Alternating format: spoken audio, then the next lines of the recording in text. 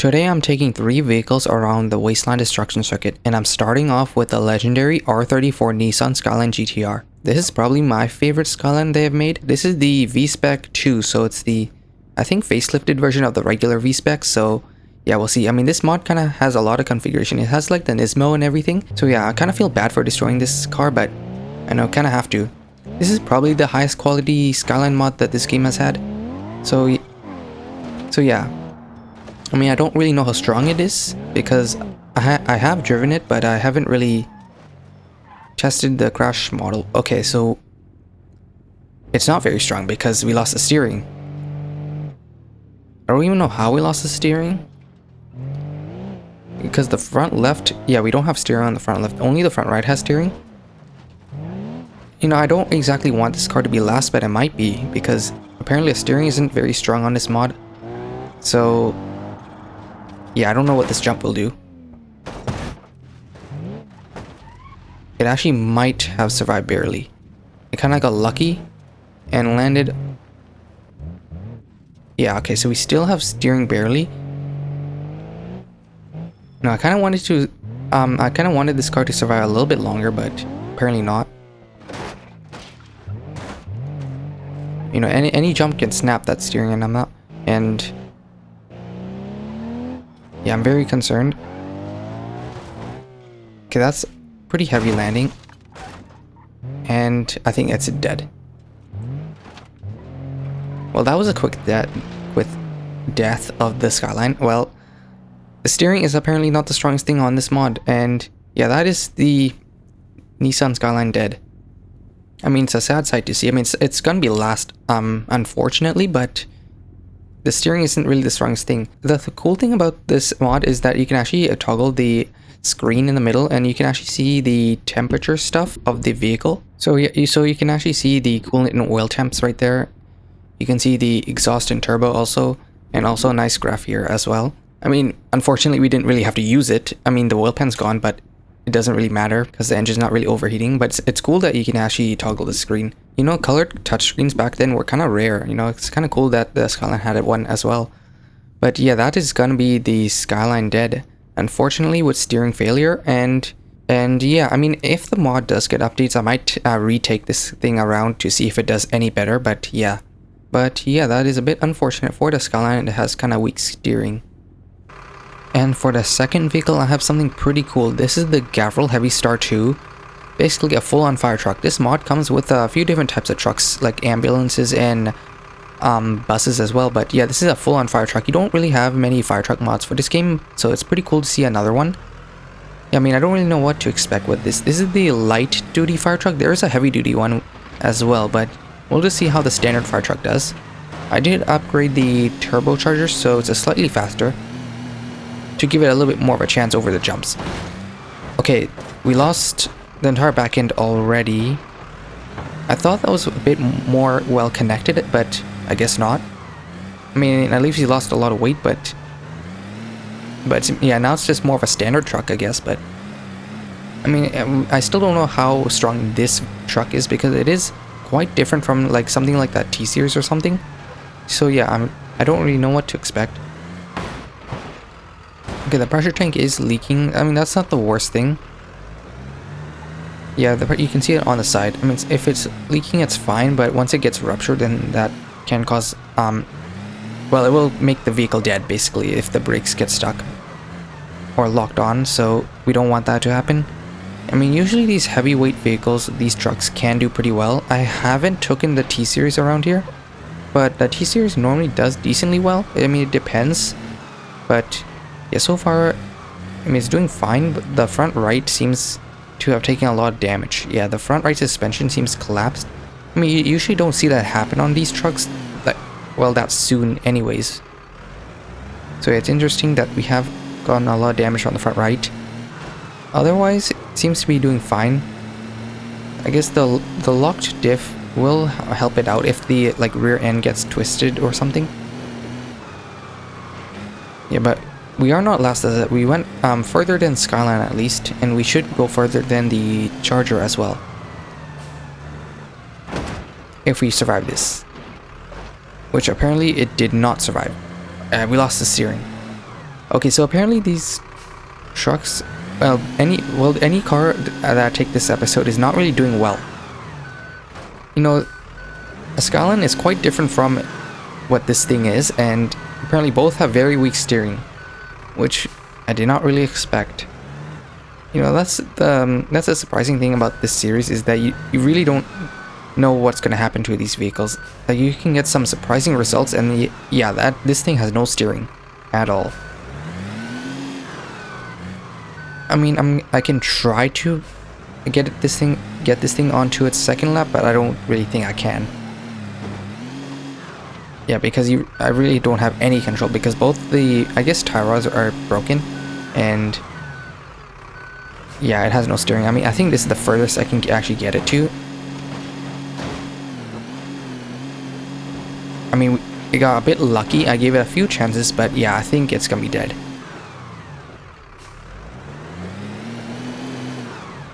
I'm just gonna park it here, because unless I can spin around, I think the wheel loader, the Hirochi thing, the I don't even know what it's called, the WL40, I think. That thing split in half and died around here, and I don't think it made it onto a second lap. I think it barely didn't. So if we can actually get it past that thing, and I think it will do it. Yeah, I'm just gonna count down right there. It's barely made onto its second lap, and that's the Heavystar dead with steering failure, which is something I really didn't expect. I mean, I might take the school bus. I think it's a separate vehicle, but I might take the bus around to see how well it will compare to this one. But yeah, I mean, that's two vehicles, two completely different vehicles with steering failures, and yeah, both are not really that strong. And yeah, that's the Heavystar fire truck dead. I mean, it's a really cool mod and very detailed as well, but yeah, apparently that's not the strongest thing. You know, you would expect a fire truck to be a bit stronger than this.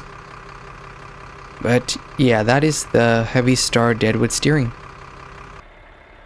So the last two vehicles did not really survive that long. So what about an even bigger truck? This is the Gavril MT-Series. This is the MT-83 factory special. So it's one of the higher trim variants. This is really cool to see. This is basically I guess a 90s T-Series. So yeah, this is really cool to see. We don't really have many modern trucks. I mean, 90s is not really that modern, but it's really cool. So yeah, we'll see how well the MT-83 does. I also did not realize how tall this thing is. Okay, barely fit. Hopefully it doesn't get that much airtime going over this, because yeah. Okay, also the air suspension is going crazy in the back. I think it has air suspension. Yeah, you can hear it going over all the bumps and everything. The induction system got damaged on a tiny bump, which is not really ideal. Also, the transmission in this thing is kind of weird. It has a it says D for drive, but like it's shifting also. I'm pretty sure it's like an automated manual, I'm pretty sure. Also, the side covers are coming off, which yeah, I mean, there you can see the fuel tanks on that side. Okay, I did survive this jump pretty well. We lost one of the side skirts. I don't really know what that piece is exactly called, but yeah. I mean, if we bottom out, we're gonna lose all the bodywork. I think the engine is the same from the T-Series. I mean, it looks similar. I mean, the configurations are under the T-Series config selector, so I'm pretty sure it shares most of the same parts, like the frame and everything. Yeah, the air suspension is going crazy in the back. I'm not sure if that affects. I think it does affect the air pressure. If the air suspension is continuously going off like that, I'm pretty sure it does cause the air pressure for the brakes to drop. I'm not sure how it actually works, because I had it before where you got low air pressure from just I can't really remember. It was going up a hill or something. I'm pretty sure it does affect it somehow, but I'm not really sure how. I'm hoping we don't have too many issues with the air brakes or anything, but yeah, the pressure tank is fine. But yeah, I mean, these trucks usually do pretty well. I was talking about I haven't really taken a T-Series around here, but I mean, this is the closest thing to a T-Series. I mean, it's just slightly different bodywork. Yeah, I kind of have to be careful going over the that starting area because yeah, this thing is quite tall with the sleeper cab. I mean, yeah, it is doing fine. I mean, it's not really the fastest thing. I mean, it's a truck, so you don't really expect it to be that fast, but yeah. Because I didn't upgrade the engine or anything. This is just from stock, so because I kind of forgot to, because I was kind of excited to drive this thing because this mod kind of came out right to when I was recording this, so you know, I might as well test it out. I mean, we survived that jump pretty well. I mean, yeah, the suspension is holding up. If we do land awkwardly on one side, then it can cause a lot of damage to the steering. But if we do keep landing pretty straight over the jumps, then it can continue surviving pretty well. I mean, it doesn't have that much speed. It can barely clear the jumps, but it is surviving. We lost the hood is open. Also, this thing takes quite a while to ship. I don't know. Okay, that is not great. You can see we're rubbing against the bottom of the fuel tanks, and if continue to do that, then that is gonna be bad if we do rupture the fuel tanks. I'm also gonna see if this thing has like a manual mode. Okay, so it is a yeah, that's what I'm talking about. Yeah, we lost the fuel tank on one of the logs, and yeah, that is gonna start draining fuel on that side. That is not great. It's also on fire. It has like 4 fuel tanks, I'm pretty sure. Yeah, so we're on fire, which is not great because once it is on fire, then everything starts overheating, the engine and brakes and everything, so that's not really that good. Yeah, I'm gonna keep it in the manual mode because I can get better control of the shifting and shift a bit faster than the arcade gearbox can. Okay, that's what I'm talking about when you go too fast. We completely ripped off the entire roof. Also, we seem to have also lost steering, seemingly for no reason.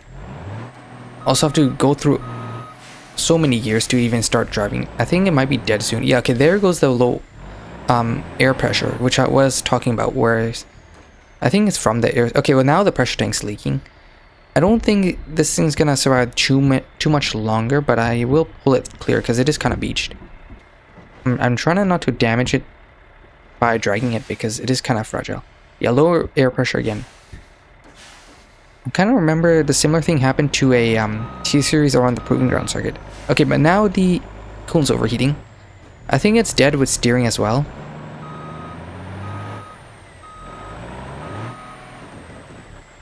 I don't really think I can continue driving. Now the engine's starting to take damage because it's overheating. Okay, we don't really need that.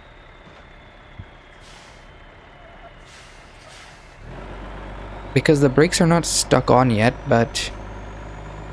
Okay, now they are. Yeah, head gasket's on, the clutch overheating. Yeah, so I think this thing is dead.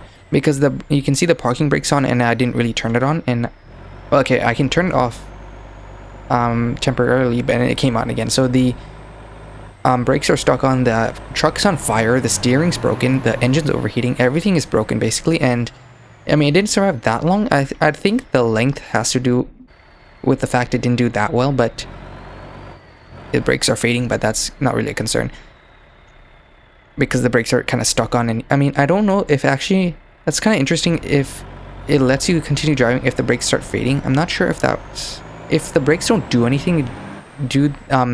So let's say if you have the brakes stuck on from the pressure tank, if you do overheat the brakes, does that let you continue driving? I'm not sure because I'm pretty sure the rear brakes are still stuck on, so it doesn't really matter. I really actually don't know what's causing it to not continue driving because yeah, now the low air pressure, once I start driving, the low air pressure comes on, because as you can see I am full throttle and it's barely doing anything. Okay, so we have some movement. Okay, so we got some life in the truck. I mean at what cost? Because the head gasket's damaged, and I really don't think this is going to survive that much longer. I mean, usually these trucks can survive quite a while from overheating engines. If it can survive, if it can make it to this jump, it might be dead if we don't land it that great.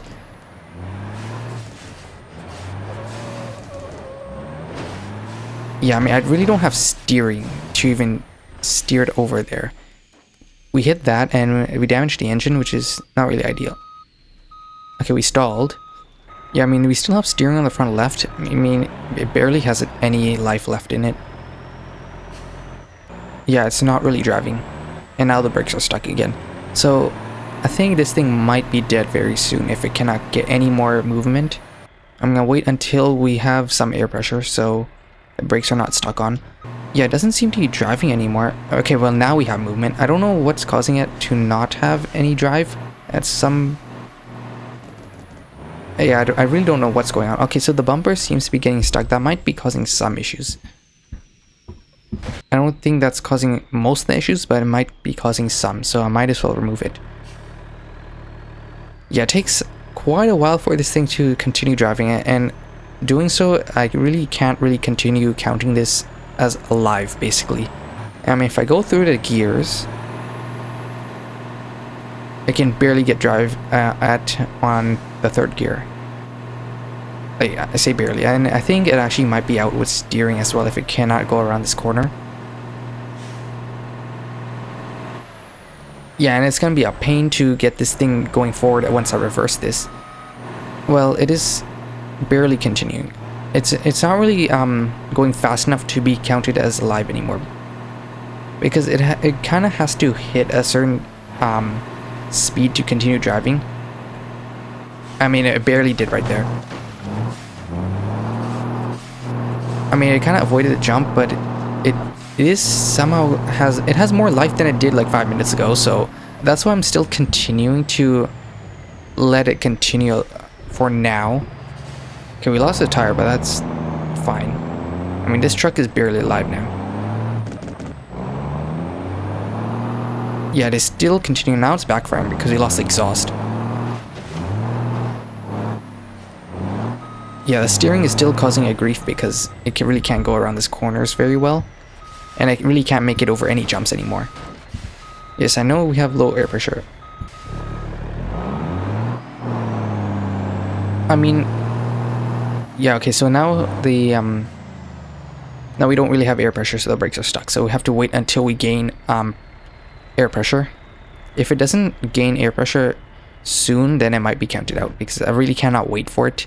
I mean, on the plus side, at least we still have coolant, because you can see the head gasket's on, and the white smoke indicates we still have coolant, so that's something.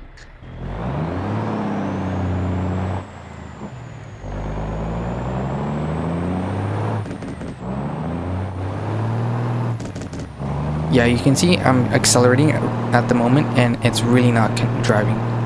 It has some movement, but not enough to continue. And I'm steering, and yeah, it also has no steering.